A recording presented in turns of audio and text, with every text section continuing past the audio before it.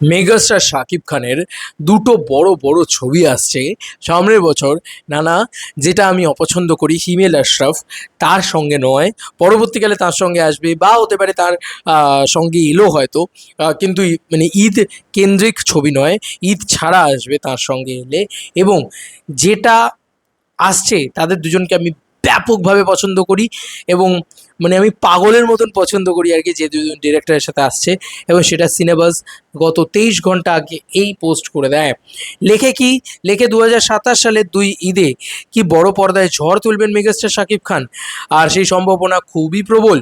কেননা ইন্ডাস্ট্রির বিভিন্ন সূত্র আর গুঞ্জন বলছে 2 ঈদে শাকিব খানকে নিয়ে সিনেমা আনতে পারেন দুই জনপ্রিয় নির্মাতা মেহেদী হাসান হৃদয় এবং রায়হান রাফি। যদিও এখনো কোনো আনুষ্ঠানিক ঘোষণা আসেনি, তবে ভক্তদের প্রত্যাশা ইতিমধ্যেই আকাশ ছোঁয়া। যদি সবকিছু পরিকল্পনা অনুযায়ী এগিয়ে যায়, তবে 2027 সালের 2 ঈদে আবারও বক্স অফিসে নতুন ইতিহাস গড়বেন মেগাস্টার শাকিব খান।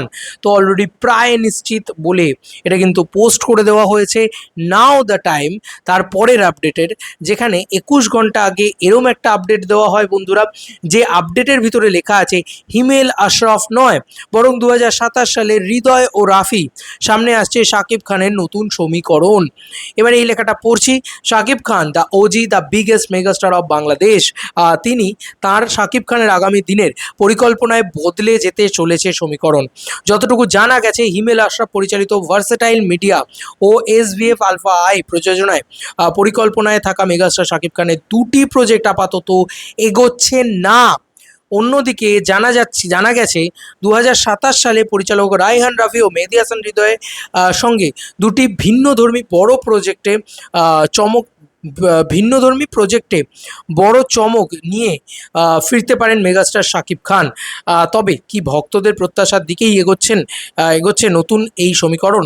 যদি তাই হয়, 2027 সাল বাংলা সিনেমার জন্য এটা হতে পারে আরেকটি স্মরণীয় অধ্যায়। এখন শুধু অপেক্ষা, কবে আসবে সেই বহুল প্রতীক্ষিত অফিসিয়াল ঘোষণা। তো বন্ধুরা, এবার আমার কিছু বলার আছে।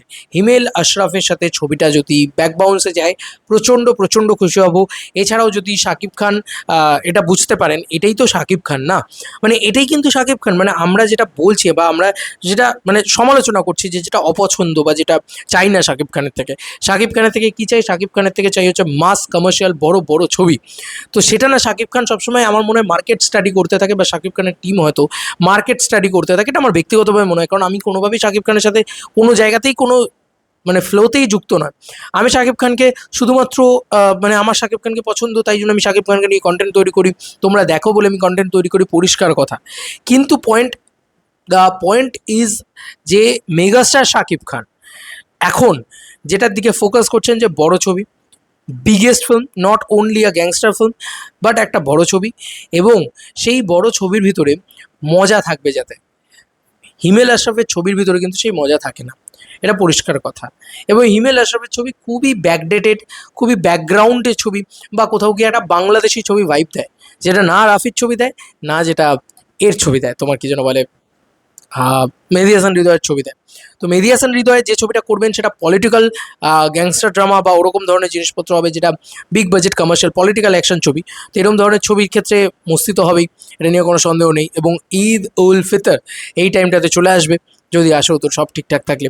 এবং রায়ান রাফির তুফান 2, এই তুফান 2 এর আপডেট তো আমরা সকলেই পাগলের মতন দিয়ে যাচ্ছি, পাগলের মতন করে যাচ্ছি, বিকজ ওটা তুফান 2।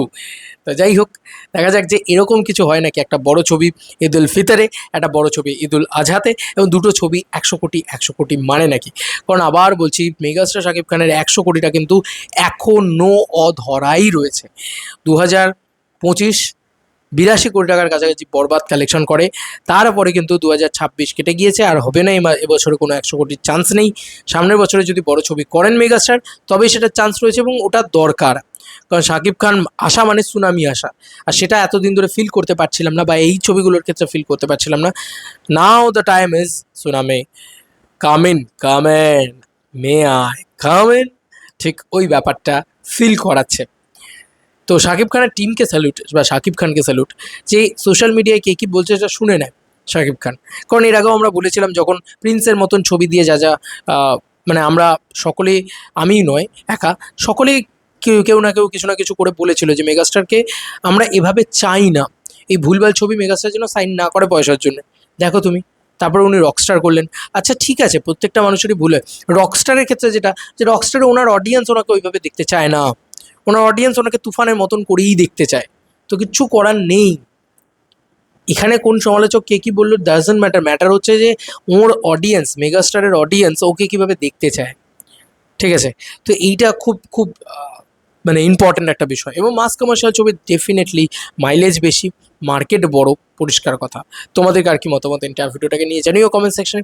চলো বন্ধুরা, নতুন কোনো ভিডিওতে দেখা হবে, ভাই।